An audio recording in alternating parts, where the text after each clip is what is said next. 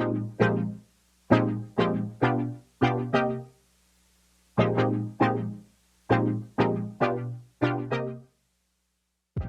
everybody. Very excited to be here.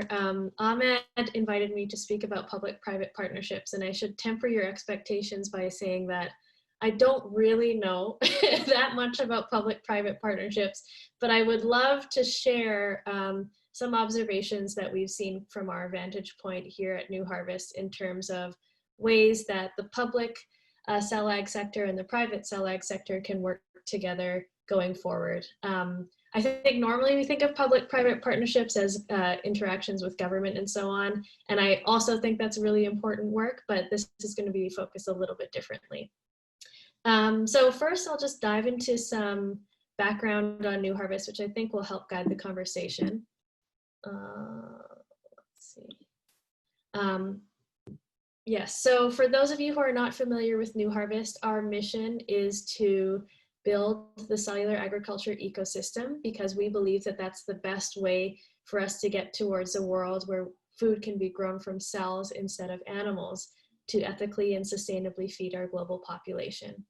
And in the building of the ecosystem, we believe that scientific advancements and training technical leaders is the most important high impact work that we can do that can have the greatest multiplicative effect for building the field.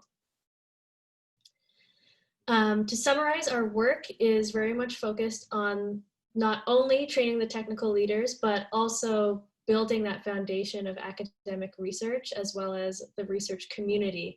And what I mean about research community versus technical leaders is, this is a very interdisciplinary space, and the connection of the leaders with one another and the connection of the academic community is as important as the number of people in the community. And so that's something that we think about quite a lot, especially in such an interdisciplinary new field like cellular agriculture. I'm not going to read everything on the slide, but I do want to emphasize that we focus on accelerating breakthroughs in cell ag by funding and conducting this important neglected research, and also communicating the progress and promise of cell ag to the world. What I mean by that is I think it's very important that we talk about cell ag as it is developing rather than not talk about it. So some of you may have seen these slides before, but my context is very much a pharma context. I think that biopharma is the best framework for thinking about how cell ag comes to market and how it has a discovery pipeline from academia all the way to market.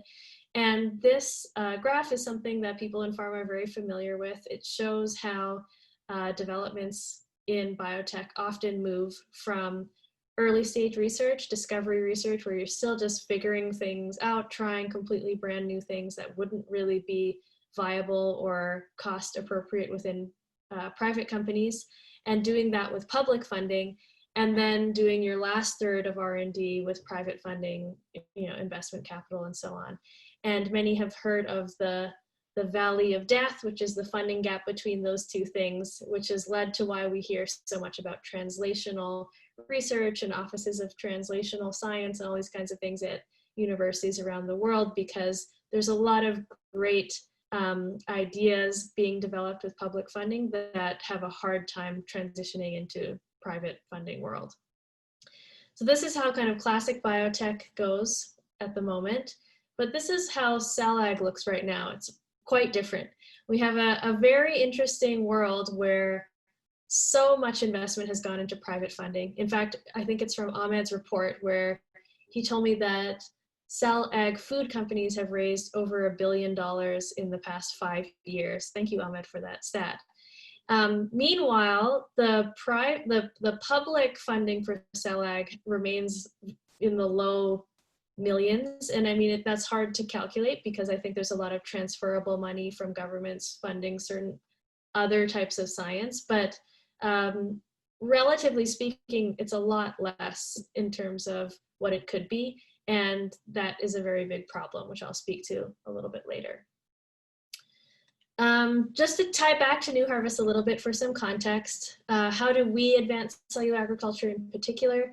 Well, we focused on investing in individuals. As I mentioned before, I think that individuals are really what carry the mission forward, and what they do is tied to the mission in some multiplicative ways. So we believe that by fostering an individual, we're fostering someone who is going to maybe make potential hires, maybe make potential discoveries in the future. And that's a very important way for us to focus.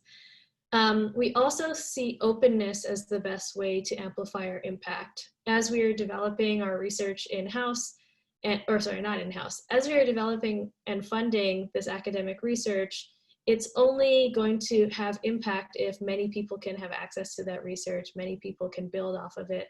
And so that's a very big part of our philosophy. And of course, we mandate interdisciplinary collaboration.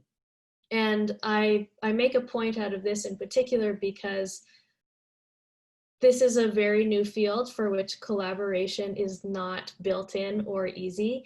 We have researchers from around the world in this photo who may not speak the same language scientifically. We have our food safety expert, Sam at Texas Tech, who is learning completely different things than someone who is focused on bioprocessing engineering like Scott in the UK. And getting these two different fields, for a very specific example, to talk to one another, get on the same page about what is needed in cell ag is an active practice that we're very thoughtful about, and try and think about how do we improve that better and create essentially a linked center for excellence all around the globe.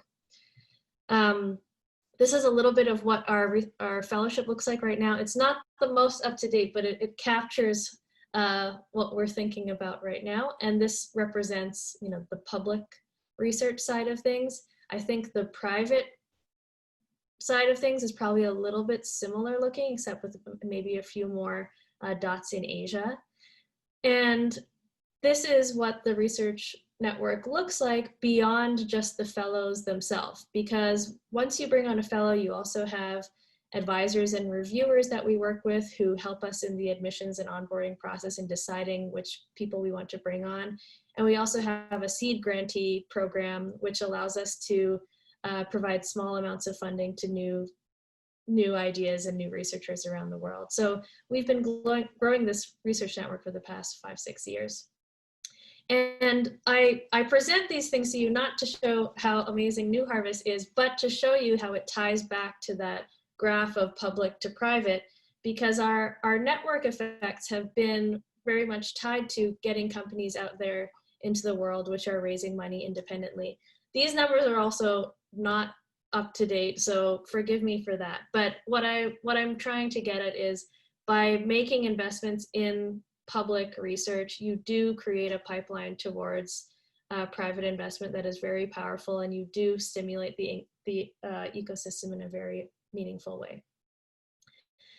Back to some observations. Yes, I did mention that cell ag exists in a funding gap, and there's the public funding gap, but the reason why that funding gap exists is because so much of the expertise in cell ag is coming from the kind of biomedical, biopharma world, and the application is in food science. So in the US in particular, you're falling right between funding agencies into this very interesting gray zone. And we need to address that problem. And that's like a public research funding question that needs to be answered at some point in time. Another thing is, a lack of public research definitely holds back informed, productive progress. And what I mean by that in particular is, it's very hard, for example, to have regulatory conversations when there's not independent research out there to inform regulatory conversations. And that's just one example of informed progress that could rely on public research. And last but not least, a lack of public research also prevents global access and impact. And I think the reason why that map I showed you earlier is so North America focused is just because that's where all the private investment is right now. But I think real global impact would happen if we saw countries around the world picking up cell ag and using it to solve the problems that, their local food security issues and so on. And that would really be impactful. So how we can work together. What I mean by we here is how the entire cell ag field can work together. And I I think the first one is engaging in productive dialogue, which is a very easy thing to say and a very hard thing to do, because it's very much related to relationships. It's very much about establishing two-way streets. And relationships are just hard and complex things, especially when there's so many of them. So that's the one thing we can do. The second thing we need to do in this field is identify what voices must own what messages. And what I mean by that is, I've observed this field grow from, one group to 5 groups to 50 groups and beyond. And we now have so many players in the field that we might need to start being more strategic about which voices need to be disseminating what messages and to what parties in order to strategically, have the right things get out into the world. And so there are times when, an academic voice is appropriate. There are times when an industry voice is appropriate, and we need to be really thoughtful about that piece. We also need to identify what identities need to own data creation.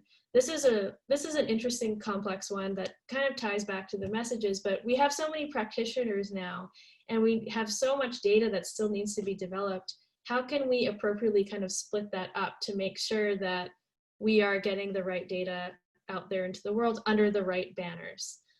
And then lastly, which is kind of tied, unity versus independence. I think the field definitely wants to work together, but we need to acknowledge how we are independent to work together. And so that means respecting the boundaries of all the players in the field in a really appropriate way. And this is completely new, hard stuff, which, we didn't really have to think about so much until this point in time.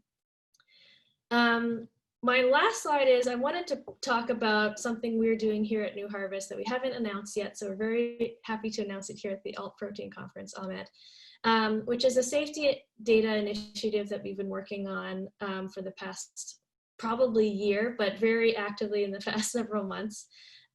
Which is, New Harvest has focused on this pre-competitive research pipeline for a while now, and we've identified safety data as an incredibly important pre-competitive research gap that needs to be addressed. But in order to productively address that research gap, we need to have very productive dialogue with all 81 plus, and I say plus because it seems like every day a new company pops up, and I've witnessed this happen. But we need to have a dialogue with all of the companies in this space in order to ensure that the gaps that we are identifying do line up with what the industry is seeing. And when I say that productive dialogue is hard, I mean, it is really challenging to have really important conversations with companies about things like data gaps without getting too far into an IP territory. Because, I mean, at the end of the day, we all want to make an appropriate living in cell ag, have a return on investment, be an appropriate industry. And so it comes down to a lot of designing what questions you ask, how do you engage with stakeholders, and how do you make sure that we're respecting that independence while also bringing people together. Another thing that we realize in the safety data initiative work is that we are not the voice of industry, and we're not claiming to be the voice of industry. We are simply listening to the voice of industry in order to understand what we in the public academic sector can do. We're also thinking about what identity should own the data creation, because there's, especially when it comes to safety, there's a lot of data that's a lot more powerful coming from third-party academic labs, and there's a lot of data that just needs to come from the companies themselves, and that's something we need to be very thoughtful about. And then last but not least, tying back to this unity versus independence theme, it's important for us to know, okay, these are the things New Harvest does and funds and helps, and then these are the things that the academic groups do and fund and help independently, and this is when the companies pick up from there. And really being clear about what needs to happen here, I think, is very important for partnerships in this space. Is how we work together is as important as how we work separately.